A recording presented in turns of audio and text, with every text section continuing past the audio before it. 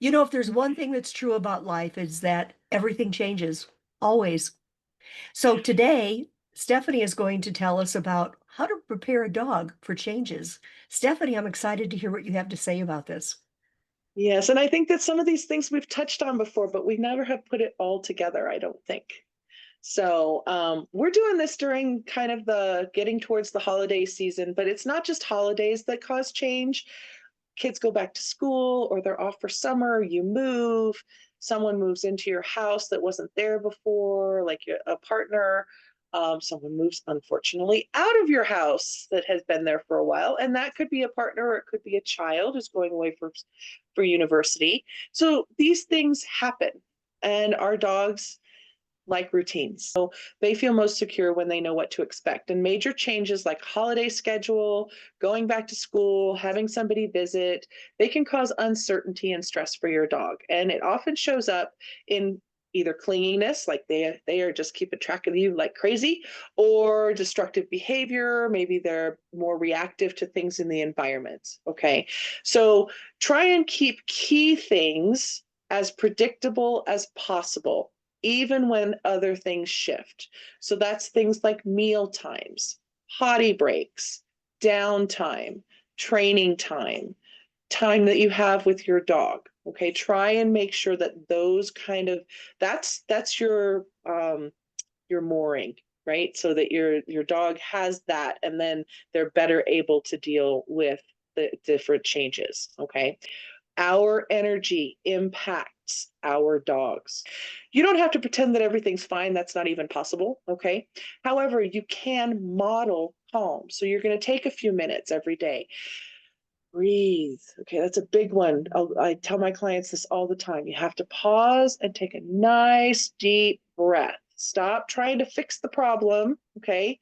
Just take care of yourself and get yourself calm for a little bit of a calm connection. Sometimes petting your dog with slow, mindful strokes. Okay. This is not petting your dog. Okay. They don't appreciate that. What you want to do is slow it down. Okay. Maybe even make it a little bit of a massage. That can help. It will lower the stress for both of you to do something like that. So that's very beneficial. Sudden absences can trigger anxiety in your dog. So when your kid goes off to school, whether that is elementary school and they're coming home at the end of the day, or it's university and they're not going to be home for a few months. So you might even end up having some separation related behaviors coming along, maybe not full separation anxiety, but dog not wanting to be alone. They can get overwhelmed with some of these changes, decorations for the holidays, new smells, unfamiliar guests, loud noises.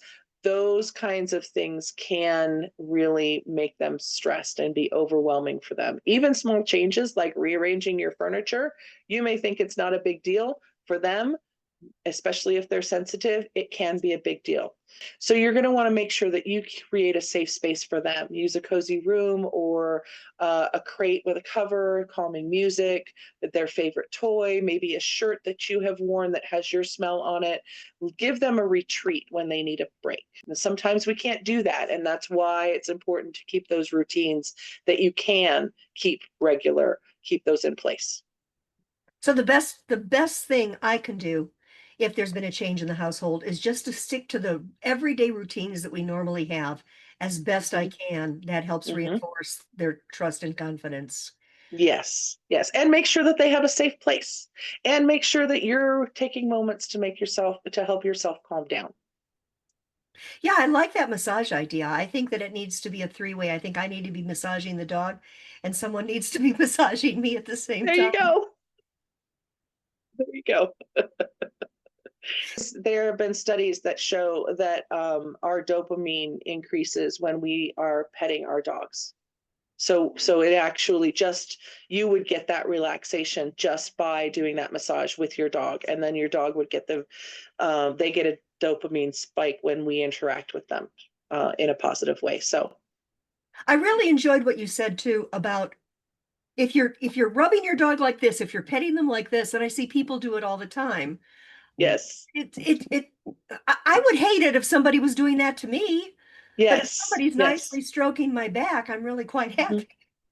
Well, and the other thing too is dogs can be very sensitive to being massaged or pet or stroked in the same place the same way over and over and over again, just like some people can be. And so if you're noticing that your dog is pulling away or licking their lips and then you stop petting and they're like, no, I want more. It's not that they didn't like the petting, they didn't like the way you were doing it. That's great advice. And I want to remind everyone, I do this at the end of every video, but you can't hear it enough. If you want to have the most perfect relationship with your dog, if you want to come in the door happy every day, knowing that things are going to be in order and that you feel good and your dog feels good, then call Stephanie. She's there to help you. She really is fabulous in everything that she does. And she will give you tips and tricks that no matter how much research you've done, no matter how much you might think you know about how to have the greatest relationship with your dog, you will learn something new. All of the information will be in the show notes below, and we will have Stephanie back again soon. Thank you, Stephanie. Thanks, Lee.